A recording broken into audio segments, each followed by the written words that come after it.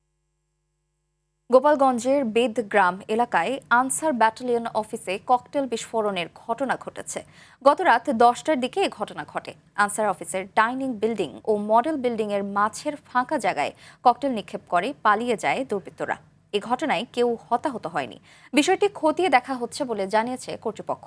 এর আগে গত ২৬ জানুয়ারি গোপালগঞ্জ বিজ্ঞান ও প্রযুক্তি বিশ্ববিদ্যালয়ের মেইন গেটে এবং ২৮ জানুয়ারি জেলা ও দায়রা জজ আদালতের বিচারকের বাসভবনের সামনে ককটেল বিস্ফোরিত হয়। অপরিকল্পিতভাবে ভবন নির্মাণে মানিকগঞ্জের দৌলতপুরের আশ্রয়ন প্রকল্প যেন শুধুই সরকারি অর্থের অপচয়।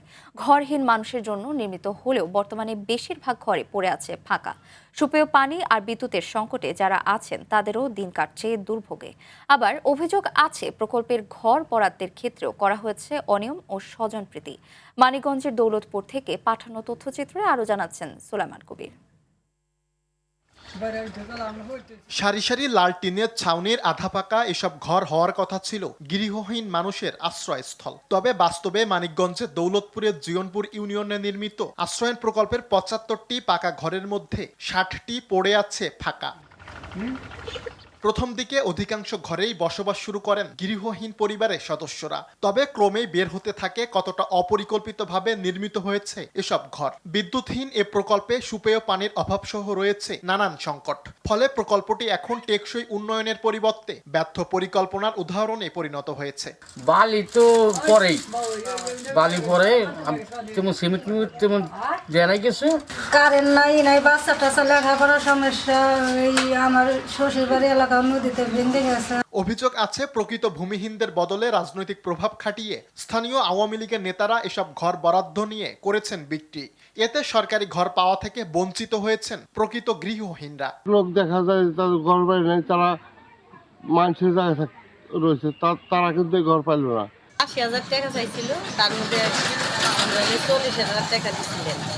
আমাদের সাইডে আশ্রয়কেন্দ্র খালি পড়ে থাকে, অথচ আমাদের বাচ্চা কাচ্চা নিয়ে মাথা গোজার মতো ঠাই না। বিদ্যমান সমস্যাগুলো সমাধান করে ঘরগুলো যোগ্যদের কাছে হস্তান্তর করা হবে বলে জানিয়েছে জেলা প্রশাসন। আমাদের গৃহহীন বাইরে থাকবে এবং আমাদের ঘরগুলো খালি পড়ে থাকবে, এটি আসলে কাঙ্ক্ষিত নয়। আমি উপজেলা নির্বাহী অফিসারের মাধ্যমে এই বিষয়ে পদক্ষেপ গ্রহণ করব। কোটি টাকা ব্যয়ে নির্মিত এ প্রকল্প দ্রুতই প্রকৃত আশ্রয়হীনদের মাথা গোজার ঠিকানা হয়ে উঠবে, এমনটাই প্রত্যাশা সংশ্লিষ্টদের। সুলাইমান কবির, RTV। দেশে প্রথমবারের মতো স্থাপন করা হলো পানি সাশ্রয়ী আধুনিক যান্ত্রিক সেচ ব্যবস্থা সেন্টার পিভট ইরিগেশন সিস্টেম। পাবনার ঈশ্বরদীর মূলাটুলি কৃষি খামারে এই আধুনিক স্বয়ংক্রিয় সেচ পদ্ধতি চালু করেছে বাংলাদেশ কৃষি উন্নয়ন কর্পোরেশন। সংশ্লিষ্টদের আশা, এই আধুনিক সেচ ব্যবস্থার ফলে সময় ও অর্থ বাঁচবে, পাশাপাশি বাড়বে ফসলের উৎপাদন। পাবনার ঈশ্বরদী থেকে বায়েজিদ বোস্তামের পাঠানো তথ্যচিত্রে আরও জানাচ্ছেন লিওন আজাদ। পাবনার ঈশ্বরদীর মূলাডুলি কৃষি খামারের সেচ উন্নয়ন প্রকল্পের আওতায় স্থাপন করা হয়েছে অস্ট্রিয়ার অত্যাধুনিক প্রযুক্তি সম্পন্ন এই সেচ পদ্ধতি। একটি পাম্পিং স্টেশন থেকে পাইপের মাধ্যমে কেন্দ্রীয় টাওয়ারে গিয়ে পাইপলাইনের মধ্য দিয়ে প্রবাহিত হচ্ছে পানি। এই প্রযুক্তির মাধ্যমে অল্প সময়ে কম পানি ব্যবহার করে উঁচু নিচু জমিতে সমানভাবে সেচ দেয়া যায়, যা উৎপাদন বাড়াতে সাহায্য করবে বলে জানালেন খামার ব্যবস্থাপক। এটাকে উত্তরোত্তর লাভবান করা সম্ভব, এতে আমার সময় এবং শ্রমিকের খরচ অবশ্যই কম হচ্ছে। এই সেচ পদ্ধতি পানি সাশ্রয়ের পাশাপাশি কৃষিক্ষেত্রে নতুন দিগন্তের সূচনা করবে বলে মনে করেন এই কৃষিবিদ। অতিরিক্ত পানি ব্যবহারের ফলে পানির যে নিচের স্তর এটা নিচে নেমে যাচ্ছে। হ্যাঁ, সেক্ষেত্রে নতুন যে প্রযুক্তি ভ্যালি ইরিগেশন সিস্টেম যেটা, এইটা কৃষকের জন্য খুবই একটা পানি সাশ্রয়ী প্রযুক্তি। আধুনিক সেচ যন্ত্র 24 ঘন্টায় 150 একর জমিতে সঠিকভাবে সেচ দিতে সক্ষম বলে জানান বাংলাদেশ কৃষি উন্নয়ন কর্পোরেশনের কর্মকর্তা। 24 ঘন্টায় প্রায় 450 বিঘা 150 একর জমিতে সেচ প্রদান করা সম্ভব হবে। এটা পুরোটা বৃষ্টির পানির মতো সরাসরি ফসলের গায়ে পড়বে, এতে করে সেচের সাশ্রয় হবে। প্রকল্পটি সফল হলে খামার ও বেসরকারি কৃষি উদ্যোগেও এই প্রযুক্তি ছড়িয়ে পড়বে বলে মনে করছেন সংশ্লিষ্টরা। দেশের কৃষি খাতে নিয়ে আসবে বৈপ্লবিক পরিবর্তন। Leon Azad, RTV। আইনি প্রক্রিয়ার দীর্ঘসূত্রিতায় বছরের পর বছর পড়ে থেকে গাজীপুরের টঙ্গী পুলিশ স্টেশনে নষ্ট হচ্ছে শত শত যানবাহন। বিভিন্ন মামলায় জব্দ এসব গাড়ি খোলা আকাশের নিচে নষ্ট হচ্ছে কয়েক কোটি টাকার সম্পদ। রক্ষণাবেক্ষণের জন্য আলাদা লোকবল নিয়োগ সহ আদালতে চলমান মামলার দ্রুত নিষ্পত্তি করা গেলে রাষ্ট্রীয় কোষাগারে যুক্ত হবে বিপুল অর্থ। গাজীপুরের টঙ্গী সংবাদদাতার পাঠানো তথ্যচিত্রে আরও জানাচ্ছেন সাকিব আল হাসান।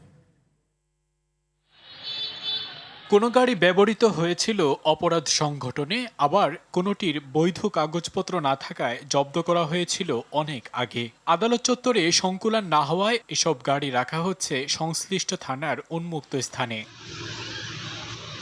রোদ বৃষ্টি আর দীর্ঘদিনের ধুলোবালিতে নষ্ট হচ্ছে এসব নাবিদাবি ব্র্যান্ডের মোটরসাইকেল, প্রাইভেট কার, বাস ও ট্রাক। চুরি হচ্ছে গাড়ির যন্ত্রাংশ। চলমান মামলার রায় নিষ্পত্তি না হওয়ায় এসব গাড়ির বিষয়ে কোনো সিদ্ধান্ত নিতে পারছে না কর্তৃপক্ষ। সাক্ষীর অভাবে মামলার দ্রুত নিষ্পত্তি সম্ভব হচ্ছে না বলছেন এই আইনজীবী। মামলাটা দ্রুত নিষ্পত্তিটাই ডিপেন্ড করে হচ্ছে সাক্ষীদের উপস্থিত করার বিষয়। সাক্ষীরা যদি না আসেন মামলাটা দ্রুত নিষ্পত্তি করা কঠিন হয়ে যায়। আর যদি সাক্ষীদের দ্রুত বিজ্ঞ আদালতে এনে সাক্ষ্য উপস্থাপন করা যায় তাহলে আমার মনে হয় যে এটা সম্ভব হবে, দ্রুত মামলা নিষ্পত্তি করা এবং জব্দকৃত আলামতের বিষয়ে ফাইনাল ডিসিশন দেয়া। আদালত থেকে মামলাগুলোর দ্রুত নিষ্পত্তি করা হলে কমবে গাড়ির সংখ্যা। আমরা লিখি আবেদন করি, কিন্তু নানান জটিলতার কারণে এগুলো নিষ্পত্তি দেরি হয়, যার কারণে এগুলো নষ্ট হচ্ছে। তা আমরা মনে করি এই মালামালগুলো নিষ্পত্তির জন্য আমরা বিজ্ঞ কোর্ট যদি দ্রুত সিদ্ধান্ত দেন আমরা এরকম উপকৃত হতে পারবো। জব্দ হওয়া এসব গাড়ি রক্ষণাবেক্ষণের পাশাপাশি দ্রুততম সময়ে মামলা নিষ্পত্তি করা গেলে রাষ্ট্র ও নাগরিকের বিপুল সম্পদ রক্ষা পাবে বলে মনে করেন বিশেষজ্ঞরা। সাকিব আল হাসান, RTV। টাঙ্গাইলের ভূঁইয়াপুরের প্রিন্সিপাল ইব্রাহিম খাঁর বাড়ি সংলগ্ন সড়কটির বেহাল দশা। দীর্ঘদিনের অবহেলা ও সংস্কারের অভাবে সৃষ্টি হয়েছে খানাখন্দ আর বড় বড় গর্তের। ভেঙে গেছে সড়কের বিভিন্ন অংশ। এতে চলাচলে চরম ভোগান্তি পোহাচ্ছেন পথচারী ও চালকরা। টাঙ্গাইল প্রতিনিধি কামাল হোসেনের পাঠানো তথ্যচিত্রে আরও জানাচ্ছেন সুলাইমান কবির। উপমহাদেশের প্রখ্যাত সাহিত্যিক ও সমাজ সংস্কারক প্রিন্সিপাল ইব্রাহিম খাঁর বাড়ি টাঙ্গাইলের ভূঁইয়াপুর উপজেলার ব্রামদি গ্রামে। প্রতিদিন দূর দূরান্ত থেকে দর্শনার্থীরা আসেন তার স্মৃতি বিজড়িত বাড়িটি দেখতে। তবে তার বাড়িতে যাওয়ার একমাত্র সড়কটির এমন বেহাল দশা। দীর্ঘদিনের সংস্কারের অভাবে উঠে গেছে পিচের কার্পেটিং ও ইট খোয়া। জায়গায় জায়গায় সৃষ্টি হয়েছে খানাখন্দ। এতেও ছোট বড় দুর্ঘটনার পাশাপাশি ভাঙাচোরা এ সড়ক দিয়ে চলাচলে নিয়মিত দুর্ভোগ পোহাতে হয় পর্যটক, শিক্ষার্থী ও এলাকাবাসীর। তার বাড়ি দেখবানি অনেক ফাঁকে থেকে লোকজন আসে, বুঝছেন, আইসা হেরা এই রাস্তা দেখে হেরা অনেক কথা বলে। এই রাস্তাটা তৈরি হওয়ার পরে থেকে আজ পর্যন্ত মেরামত করা হয় নাই। রোগী বা আদার্স যারা আমাদের বাচ্চা দাদারা যারা অসুস্থ আছে তাদেরকে নিয়ে যাওয়া আমাদের জন্য খুবই কষ্টদায়ক হয়ে দাঁড়িয়েছে। আমাদের এই রাস্তাটা প্রায় 15 বছর যাবত এরকমই অবস্থায় আছে, মানে কোনো রাস্তার কোনো কাজ হচ্ছে না। সড়কটির বেহাল দশার কথা স্বীকার করে শিগগিরই সংস্কার কাজ শুরুর আশ্বাস দিয়েছেন পৌর প্রশাসক। রাস্তাটির অবস্থা খুবই নাজুক এবং এই রাস্তাটা সংস্কারের বিষয়টা আমাদের পরিকল্পনার মধ্যে আছে। নির্বাচন কমিশনের একটা পরিপত্র আছে, নতুন করে আমরা অন্যগুলো কাজ হাতে নিতে পারছি না। তবে এটার আসলে সবগুলোই গোছানো আছে কাজ।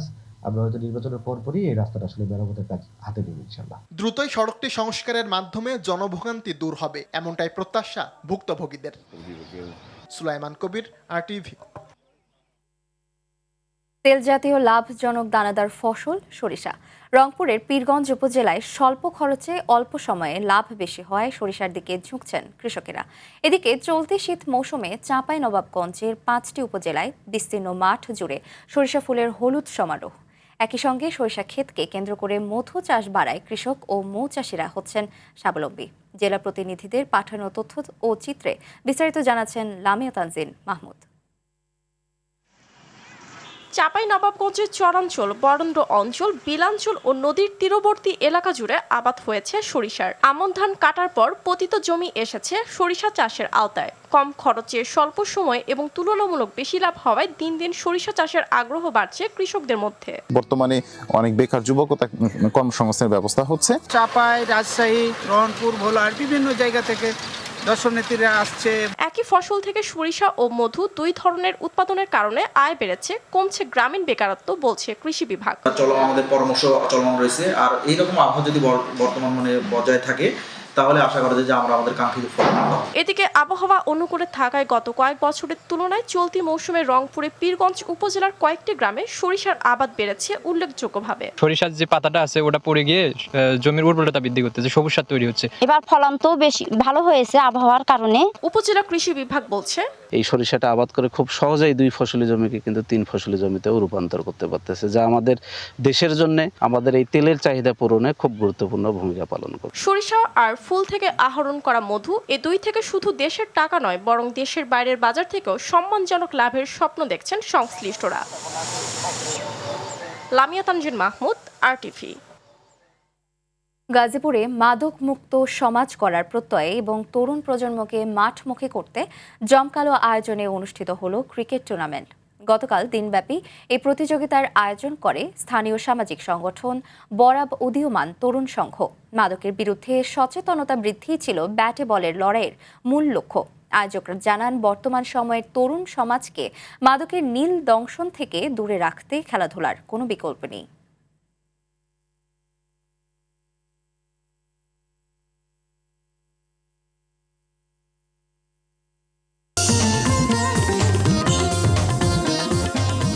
দর্শক, জেলা সংবাদ এ পর্যন্তই। সন্ধ্যার সংবাদ 6:45টায় দেখার আমন্ত্রণ রইল। ধন্যবাদ সবাইকে।